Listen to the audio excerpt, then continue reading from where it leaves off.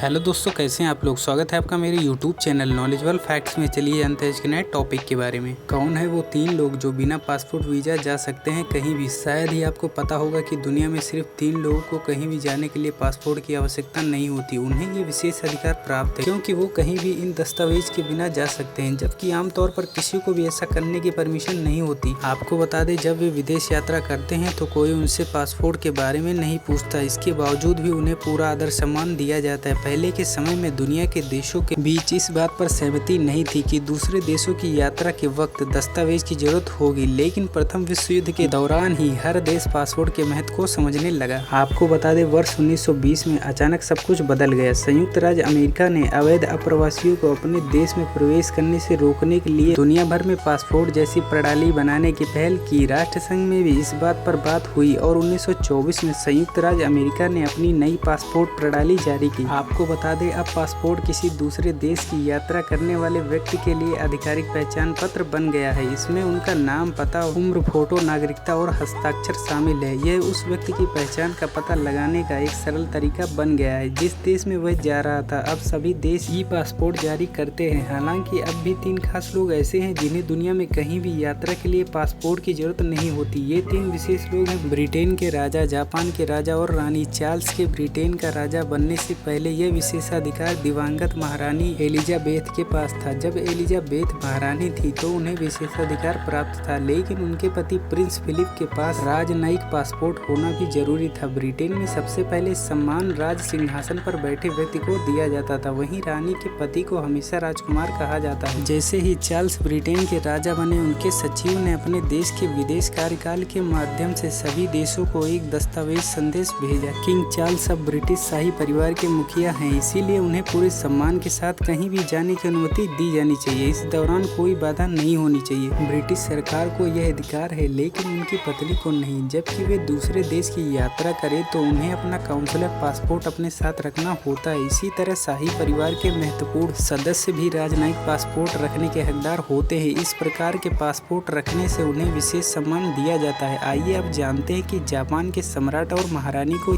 यह विशेष अधिकार क्यों और कैसे मिला। जापान के वर्तमान सम्राट नारुहितो हैं। उनकी पत्नी मसाको ओवाटा जापान की महारानी थी और उन्होंने अपने पति अकिहितो के सम्राट पद छोड़ने के बाद ये पद संभाला था। जब तक उनके पिता जापान के सम्राट थे, उन्हें और उनकी पत्नी को पासपोर्ट रखने की आवश्यकता नहीं थी। 88 वर्षीय अकिहितो 2019 तक जापान के सम्राट थे, जिसके बाद उन्होंने सेवानिवृत्त होने का फैसला किया। ऐसे में अब उन्हें विदेश यात्रा के दौरान काउंसलर पासपोर्ट साथ रखना होगा। जापान के सरकारी दस्तावेज बताते हैं कि विदेश मंत्रालय ने अपने सम्राट और सामग्री के लिए यह विशेष अवस्था 1971 में शुरू की थी। जापान का विदेश मंत्रालय और ब्रिटिश में राजा का सचिवालय तीनों के विदेश जाने की स्थिति में संबंधित देश को पहले ही जानकारी भेज देते हैं। दुनिया के सभी प्रधानमंत्रियों और राष्ट्रपतियों को एक देश से दूसरे देश की यात्रा करते समय पासपोर्ट रखना अनिवार्य होता है। उनके पासपोर्ट काउंसलर पासपोर्ट होते हैं। इन नेताओं को सुरक्षा, जाँच और अन्य प्रक्रियाओं से भी छूट दी गई है। भारत में यह दर्जा प्रधानमंत्री, राष्ट्रपति और उपराष्ट्रपति को प्राप्त होता है। उम्मीद करता हूँ दोस्तों आज की वीडियो आपको पसंद आई होगी। अगर वीडियो पसंद आए तो चैनल को लाइक, शेयर एंड सब्सक्राइब करना ना भूलें।